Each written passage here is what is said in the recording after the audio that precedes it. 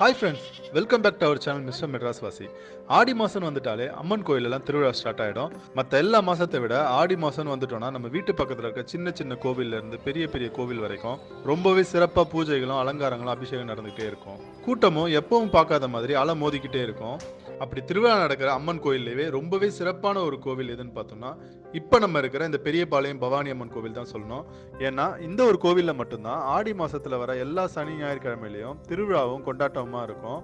குறிப்பாக இந்த கோவிலுக்கு சென்னையில் இருந்தோம், சென்னையை சுற்றி இருக்கிற ஊருங்களில் இருந்தோம் மக்கள் கூட்டம் கூட்டமாக ஃபேமிலியோட வந்துட்டு இருப்பாங்க. இப்போ நான் வந்திருக்கிறது ஆடி மாதம் அப்படின்றதால கூட்டம் எக்கச்சக்கமாக இருக்குது. இது மட்டும் இல்லாமல் விவசாயம் பண்ணுறவங்க, மாட்டு வண்டி வச்சுருக்கவங்க எல்லாம் மாட்டு வண்டியில் வீடு மாதிரி செட்டப் போட்டு வந்து நைட்டு தங்கிட்டு சாமி கும்பிட்டு காலையில் எழுந்திரிச்சு கோழி, மீன், ஆடு அந்த மாதிரி நான்வெஜ் எல்லாம் சமைச்சு சாப்பிட்டு போவாங்க. நம்மளும் அதே தான் பண்ண போகிறோம். வாங்க வீடியோக்குள்ளே போகலாம்.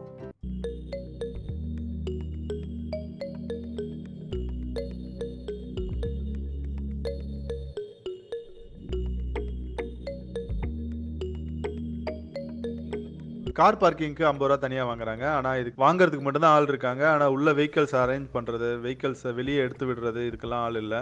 நம்ம எங்கே வேணாலும் பார்க் பண்ணிக்கிற மாதிரி இருக்குது.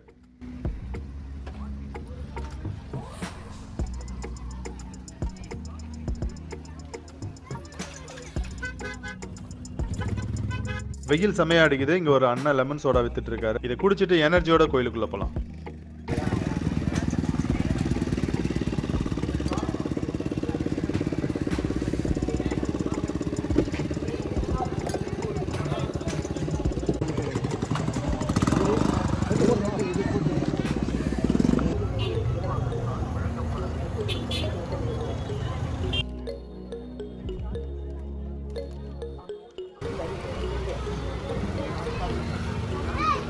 இந்த பெரியபாளையம் பவானி அம்மன் கோவில் சென்னையிலேருந்து 40 கிலோமீட்டர் தூரத்தில் இருக்குது.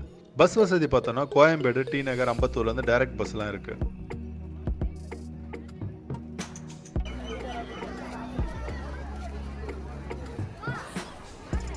இதுதான் கோவிலோட என்ட்ரன்ஸ். நிறைய கடைங்க இருக்குது பாருங்கள். அர்ச்சனை பண்ணுறதா இருந்தால் தேங்காய், பூ, பழம் எல்லாம் வாங்கிக்கலாம்.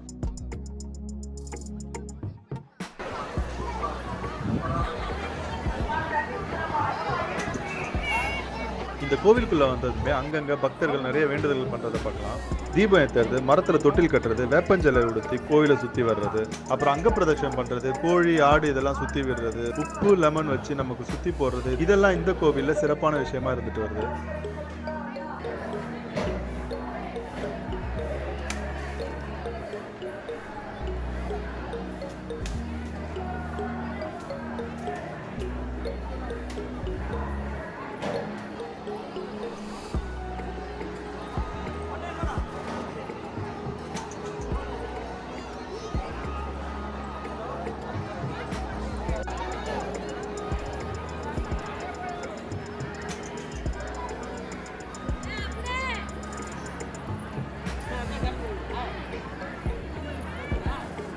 இப்போ நம்ம பார்க்குற இந்த கியூ ஃப்ரீ தரிசனத்துக்கான கியூ ரொம்ப கூட்டமாக இருக்குது.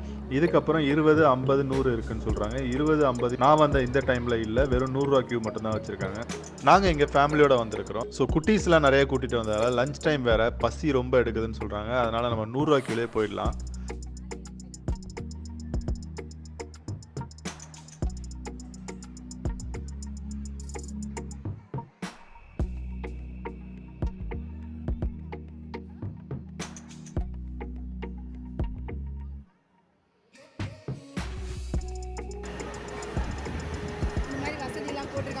என்ன போட்டிருக்காங்க? ஃபேன் போட்டிருக்காங்களா உங்களுக்கா?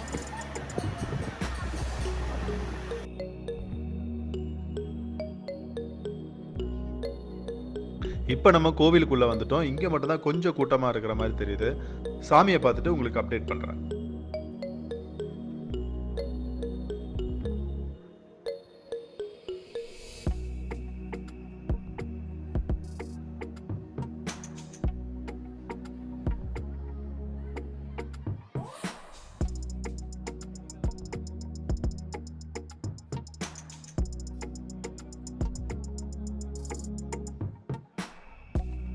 சாமியை பார்த்துட்டு வெளியே வந்ததுமே பவானி அம்மன் உற்சவர் சன்னதி இருக்கு. எவ்வளோ அழகா சாமி அலங்காரம் பண்ணியிருக்காங்க பாருங்க. வழக்கமாக சாட்டர்டே சண்டே அந்த ஆடி மாதம் வந்தோம்னா 100 ருபீஸ் க்யூவில் பார்க்கறதுக்கே 1 ஹவர் கண்டிப்பாக ஆகிடும். இன்றைக்கி நாங்கள் ஒரு 20 மினிட்ஸ்லேயே சாமியை பார்த்துட்டோம்.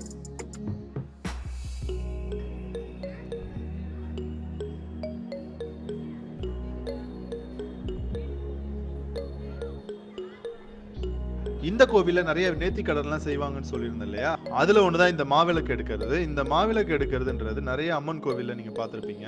இது எடுக்கிறதால எந்த ஒரு தீங்கும் நம்மளை அண்டாதுன்றது நம்பிக்கை.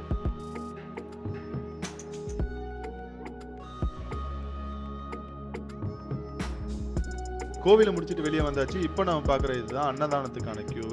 அன்னதானம் சாப்பிட்றதுக்கு ஒரு நாளைக்கு 100லேருந்து 150 டோக்கன் தான் கொடுக்குறாங்க. இதை வாங்கிட்டு இந்த க்யூவில் நின்றுட்டோன்னா சூப்பராக சாப்பிட்டு போகலாம். ஆனால் அதை வாங்குறதாங்க கஷ்டம், ரொம்பவே கூட்டமாக இருக்கும். க்யூவில் நிற்கிறதுக்கு முன்னாடி டோக்கன் இருக்கான்னு கேட்டுட்டு அதுக்கப்புறம் நின்று சாப்பிட்டு போகலாம்.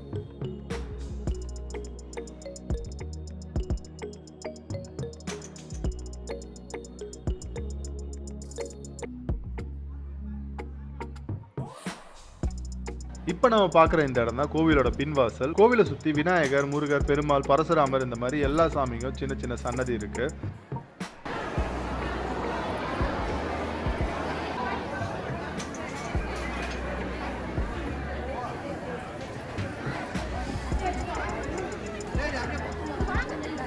வெளியே வந்தோம்னா முடிக்க அணிக்க பண்ற மண்டபம் இருக்கு. இங்க நீங்க மொட்டை அடிக்கிறதா இருந்தா அடிச்சுக்கலாம். அதுக்கப்புறம் பார்த்தோன்னா பொங்கல் வைக்கிறதுக்காக ரொம்பவே பெரிய மண்டபம் கட்டி வச்சிருக்காங்க. இங்க எல்லாமே அவைலபிளா இருக்கும். நீங்க வந்தா மட்டும் போதும், சூப்பரா பொங்கல் வச்சு சாமி கும்பிட்டு போகலாம்.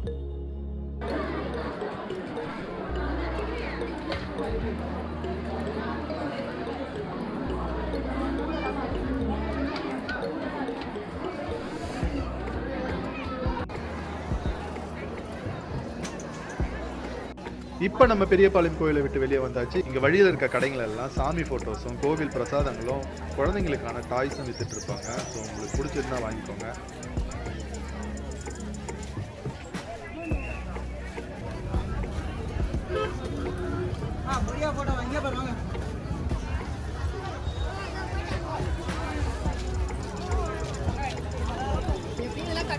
அடுத்து நம்ம போக போகிறது, நான் முன்னாடியே சொன்ன மாதிரி ஒரு சூப்பரான குக்கிங் ஸ்பாட்டுக்கு தான் போகிறோம்.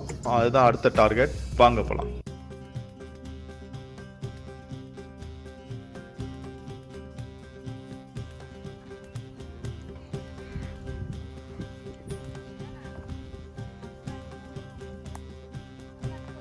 இடம் பிடிச்சாச்சு. சூப்பரான இடம். இது நல்லா இருக்குல்ல இந்த இடம்.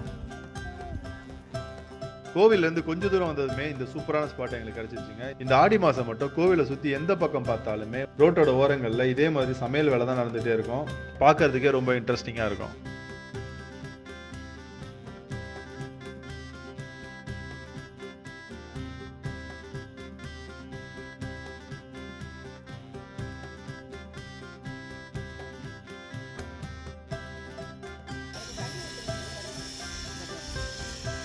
காற்று அடிக்குது ரொம்ப நினைக்கிறேன்.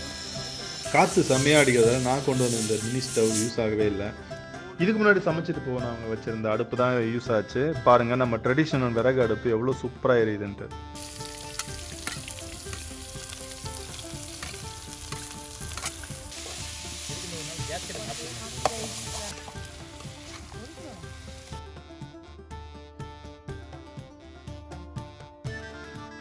மட்டன் கிரேவி ஆல்ரெடி ரெடி ஆகிடுச்சு. சிக்கன் தொக்கு ரெடி ஆகிட்டு இருக்கு பாருங்கள்.